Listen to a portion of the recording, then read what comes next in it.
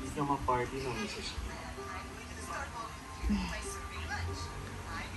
Madami pa ding fans yung asawa ko. Ito. Galing yan sa Yogi Natics Davao chapter. Tapos yun, galing yan sa alumni batch niya nung high school. Tapos yun naman, galing sa foundation niya.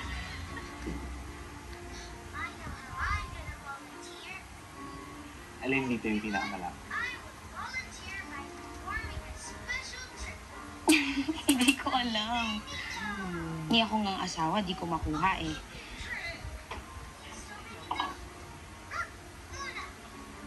Kukuha. Aba... Guwapo nito. Iba't ibang lalaki tong drawing mo eh. Ang asawa mo silang lahat. Hindi ba cheating mo?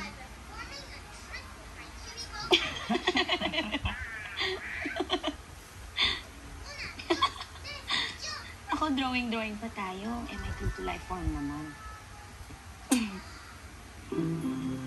Okay, aaminin ko. Gwapo si Lando. May karisma. Makalaglag panty. Parang si Yogi dati nung nalaglag yung panty ko sa kanya. Siguro, nakikita rin ng asawa kong sarili niya kay Lando.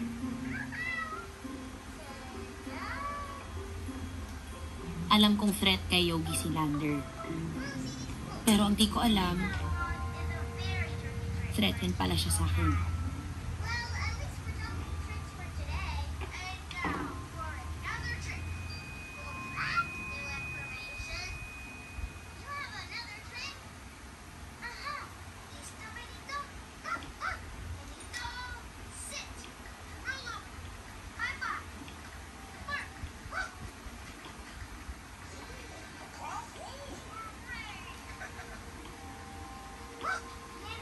I'm sorry, not easy for you.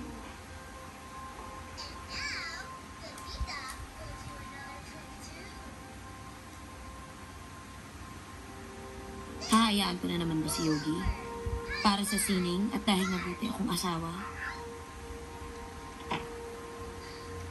Hindi. Gusto ko nang lumaban. Oo, mahirap, pero hindi imposible. Gardo, mababago rin kita. Kailangan ko lang ng tulong.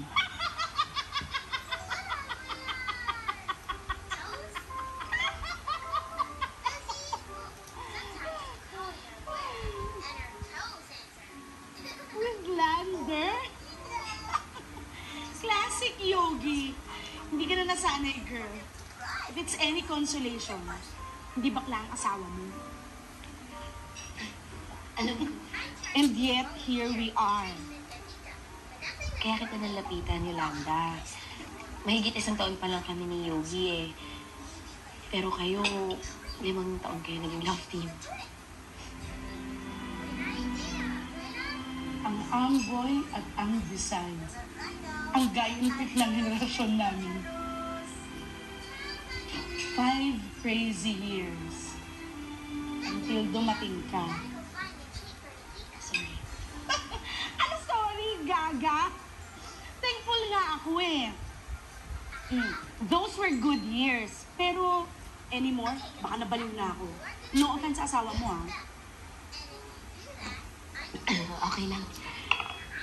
Ay. Tayong mga partners ni Yogi, lagi nag-a-adjust. Yan ang natutunan ko simula nang pinalitan nila ang pangalan ko para tunog maganda raw. Yogi and Yolanda. Oh, di ba? Kung usong hashtag noon, team hashtag yoyo na kami. Ang tambalang laging nagbabalik. Kaso, napag-iwanan ako. Ang mas malala, naiwan ako sa kusina. Ano ba talaga ang totoong pangalan?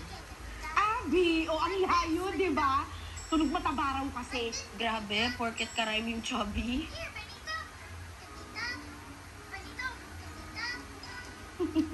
Eh di ito, pinanindigan ko na lang. Oh, at least, naging totoo ako sa sarili ko, di ba?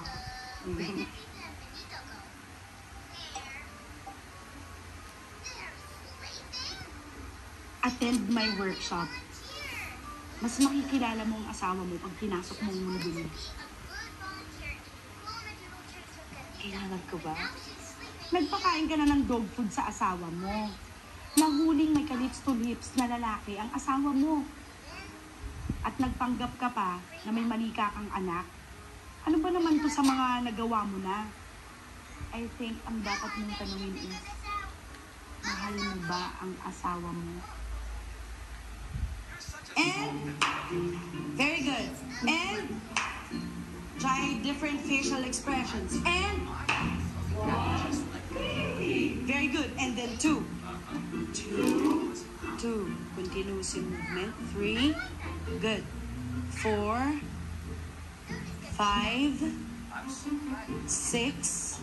Sino ang unang maiiyak? You can use your own experiences. May problema ba kayo ng jowa mo? May problem ka ba sa parents mo believing in you?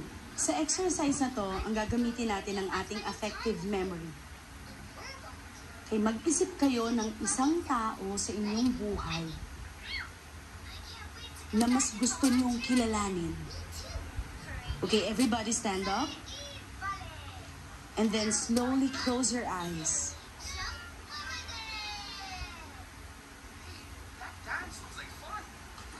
Ikaw, Sari, sinong napili mo? Ang asawa ko, si Yogi. Everybody close your eyes. Okay, imagine Yogi bilang bata. Anong nakikita mo? Naaalala ko yung kwento niya sa akin. Yung batang sinya ng Project 8 audition. Alright. Breathe. 1, 2, 3. Ngayon, ang gagamitin natin ang ating sense memory. Sabihin mo sa akin kung anong nakikita mo. Ilaw. Maraming ilaw nakatutok sa akin. Stage lights. Can you taste anything?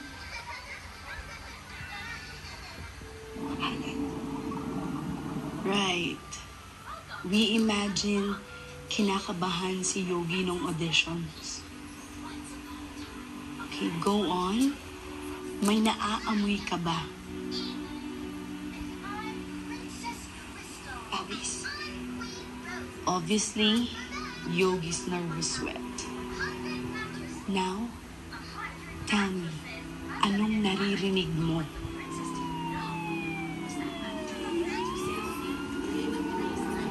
Sigaw.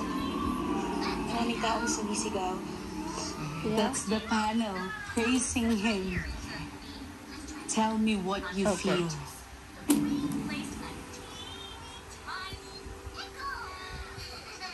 Mandali. Panahig.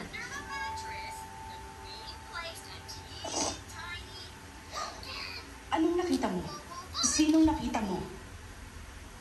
Tignan nyo to guys, bagong laro. City Dynasty. Parang egg, Nung bata pa ako, pero strict pumunta kami sa beach ng pamilya ko. Tumakbo na ako sa dagat, kasama ko ate Awesome ko. Hindi ko namalayan, nasa gitna na kami, malakas ang alon. Sabi ni ate Awesome, magpanggap raw akong isda. Ipadyak ko lang mga palikpik ko. Lumangoy lang ako. Ang isda, hinita ko sa dagat. Pero ako lang pala ang nagpanggap. Si ate, naging isda na talaga. Nagpalaman na sa ilalim.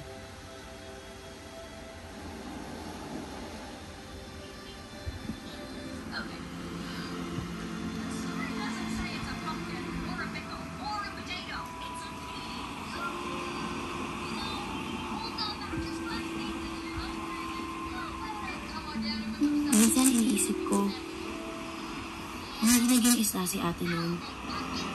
Ano na kaya itsura niya? Paano siya nagsalita?